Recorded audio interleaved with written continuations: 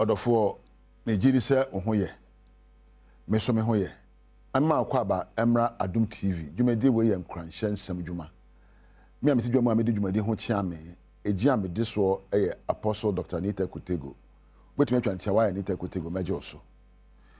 Eneso so ye bisa ho se eba ne sen ene ebidie wo ye yie etumpon na ebidie tefa ko a sebe ye de ase ya praetia na de hia dem ne fa yen ekotwa adware ede na woni a eye yie etumpon anya ho agye adimpa e wa amane akoma so eyoye ena de na ye betimi so ayo de bubra brabo aye bui no empenense etogiwara se ba no wade usikasem apogmedensem wadisua onyamesom ene wabrabo nyina na yese etogiwara enye enane agye atete wo enye se atete Ghana enama no ne enye se empoye bibini ana abroni ese wo yetente na etetia ne nyina so ne wankasa de ntini ye kanasa otwedi ampo nyankopon ebo me ne omienu no ode ade bi dua ye mu a ye fre no ye kra okra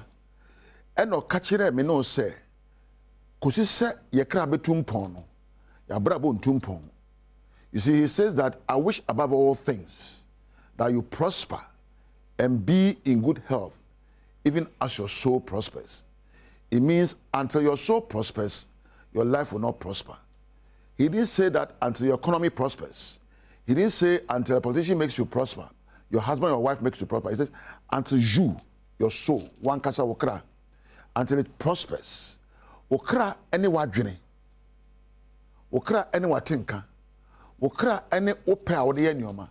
Say na we ntumpon abrabo ntumpon. Nto abrabo mpontuo eni obi nsam.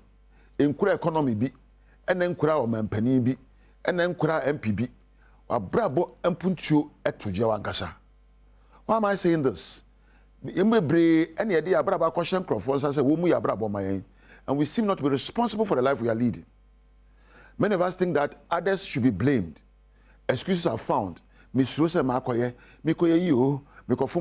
mindset alone has become a limiting factor to your well-being. So when you say adebi edian, one catch the word, one watch him what you say, where they are difficult, mean to me yet. We share me say where you are you will change your attitude towards me. Or where you are permasem, sounds a bit in you now catch the word you so no. A Kenya atinkan ye. Oh, ni teko die, said your tear dear, watch no ho, me can obey me, no I can't go out with him, and to be shami and not why stifo, that I'm a can not all chance bet them watch it, maybe I'm some inch me home. Me will be a one brassier, and you boo, any pepe or many pebiara, but a sign chilemo de ma mintino, one our son should buy out the ebamiso. Uni pebia, one chilemo de ma brabo mono, and a chair near then chilemono if your mindset. The interpretations you give to life, the interpretations you give about yourself, and the interpretations you give to everything that happens to you actually stimulates an emotion and a behavior pattern. And chile mu bi arbe ma brabo. Se empo be chile mu se media mense mfata, media meni media mi se be nkrani ba, mi ekwa na nya ma fe, game wo fe ne, nya agbeboto amanya nyamata wela. Na ebi amede osetu na we de menye saa chiremu na ade ma ho no ene be ka wahye na ka wo chiremu ahunu se me de o me o mama me sombo me ye onyame nsa no adwuma na wo soro be bie emfense ade nhira ene akwankyera mame a ka be so be bie wadwen mu baba ye boye no wo ye ene wo se ye egira wa wo so. Failure and success are predictable. Failure and success are predictable, so is prosperity and poverty. Good marriages and bad marriages are predictable. Good health and bad health are all predictable. They are predicted based on your thinking patterns, based on your daily habits, and based on your behavior. When you bejia enyina sikaso, eni je nyina so ya adwene a wo dwene wo tim. O so anapa, wabunkam, no akan graphic, no afa we no akan ye ya ediu, ye ntime ye ni. What started day with negativity, and your day will automatically end in negativity. What's on a part now the GDA and that's one word door and they can surpass us here. A beer quine, Emma will share 1 year once or so, or dear Nijian or Dasha here, na a Kenya brabo. emre do se wosam eyi ne ma egu wadwen proso emre do se wosam eyi suba wo na adie emre do se obesam eyi kasa wo kan wutim ya se yenkenya wo jaimu se ne wo kafo a wanho no enya ade a epegya wo abrabo na eka wo sha jai to chine. Begin to negate the negative things and upload positive vibrations into your mind. Begin to let go the things you say about you that kind of demean you or limit you or self-sabotage you, and say things that will inspire you, for you are a great person. You were made in the image of a creator. God looked at you and said, yes, you are blessed. You are wonderful.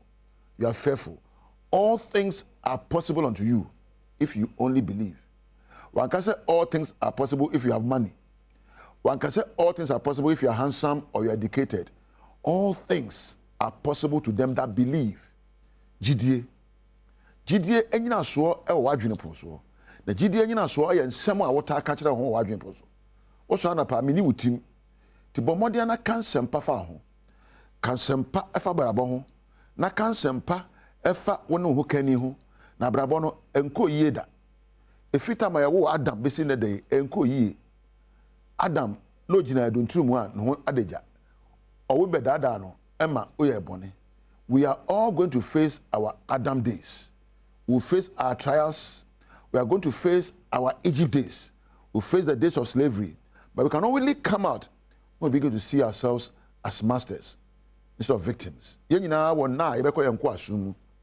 Na ebetimi afie nko asumu kosi se be kan sempa kire ho na ahwa abonten aka se baby amegina enye me tumi nan akomanim me ma bibi nsi me kwan isan so twede ampo Nyankopon obo me no odi me tumi am be ye hia me nsa wawade usikasem wabrabo uye die ejina wawo so ejina adwene a obadwene na dai so ejina atenkapa abe kenya no ena ejina ne ya abe kenya no enye sika bi awo na school bi akoye enye obi a woda no di kan den awurade na dan nyansa na dan timi popapa ne sempa papa na se de tie bia no ento asa de be che no abrabo atumpon abrabo puntuo ehia nyame ento mo akade obetimi atumpon ento na ajeje mo wate obeyi wo sombo ma awurade mo abrabo nsombo ewo tim na kwan bi aso no ebewie ni yi ama wate maminya ha na menkodi djuma foforo